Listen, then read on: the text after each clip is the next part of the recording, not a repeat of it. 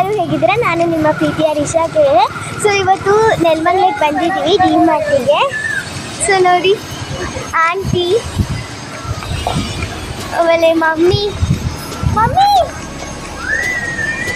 ದೀಕ್ಷಾ, uncle, ಚಿನ್ನು ಚಿನ್ನು ಚಿನ್ನು ಚಿನ್ನು ಚಿನ್ನು ಚಿನ್ನು. So ನಮ್ಮ ಮುದ್ದನ್ನು ತೋರಿಸ್ತೀನಿ ಬನ್ನಿ. ಮುದ್ದು ಬಾಯಿ. ಸೊ ಮುದ್ದಕ್ಕೆ ಸ್ವಲ್ಪ ಹುಷಾರಿಲ್ಲ, ಜ್ವರ ಬಂದಿದೆ. ನೋಡಿ ಹೇಗಾಗ್ತಿದ್ದಾನೆ. ಎಂಟ್ನೆನ್ಸ್.